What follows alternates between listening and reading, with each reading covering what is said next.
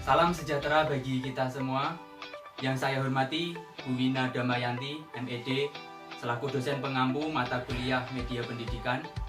Pada kesempatan kali ini, saya akan mempresentasikan hasil dari media yang telah saya buat, yang saya beri nama Papan Game dan Papan Apresiasi.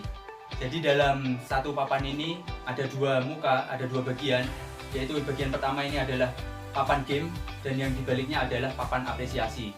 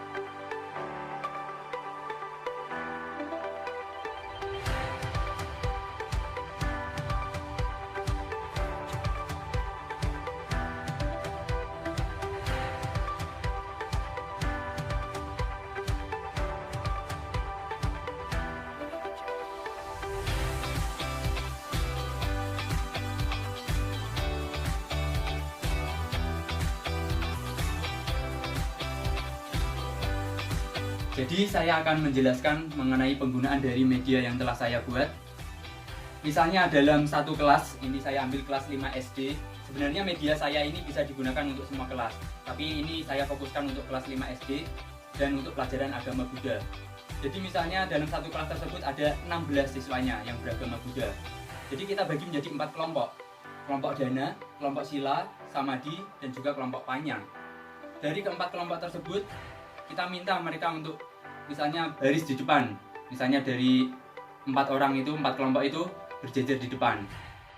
Jadi misalnya mereka sudah berjejer di depan, seorang guru ataupun bisa menunjuk salah satu siswanya yang dari salah satu kelompok itu, misalnya kelompok sila, diminta mereka untuk memutar spinner ini, papan putar ini yang ada di depan, diputar spinnernya.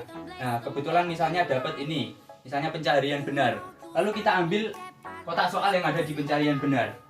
Nah jadi dalam ini memang ada namanya pandangan benar, pikiran benar, atau jalan mulia berunsur 8. Memang namanya seperti itu. Di amplopnya juga ada 8 dengan nama seperti itu. Akan tetapi soal yang ada di dalam amplop-amplop ini berisikan mengenai bab yang telah dipelajari. Jadi ini media dapat digunakan misalnya sesaat sebelum para siswa menghadapi penilaian akhir semester atau penilaian tengah semester. Jadi dalam 8 amplop ini ada 8 bab soal, entah itu riwayat hidup Buddha Gautama, pokok-pokok dasar, ataupun bab lainnya. Jadi misalnya ini mendapatkan amplop pencaharian benar, lalu dibuka amplopnya. Setelah dibuka, guru tersebut membacakan apa isi dari pertanyaan yang ada di sini, di amplop soal ini. Ini membahas mengenai bab 2, 4 kebenaran mulia. Di sini ada 5 soal, saya misalnya ambil 1. 4 kebenaran mulia inti ajaran Buddha pertama kali diajarkan kepada. Nah, nanti dari 4 kelompok tersebut rebutan. Nah, yang benar bisa menjawab akan dikasih bintang atau apresiasi. Jadi apresiasinya nanti ditaruh di sini, dikasih 1 bintang. Misalnya kelompok sila benar dikasih 1 bintang, kelompok dana benar dikasih 1 bintang. Dari kelima soal ini akan seperti itu. Misalnya kok kebetulan yang nomor 5, jalan mulia berunsur 8 dapat dikategorikan menjadi 3 jenis.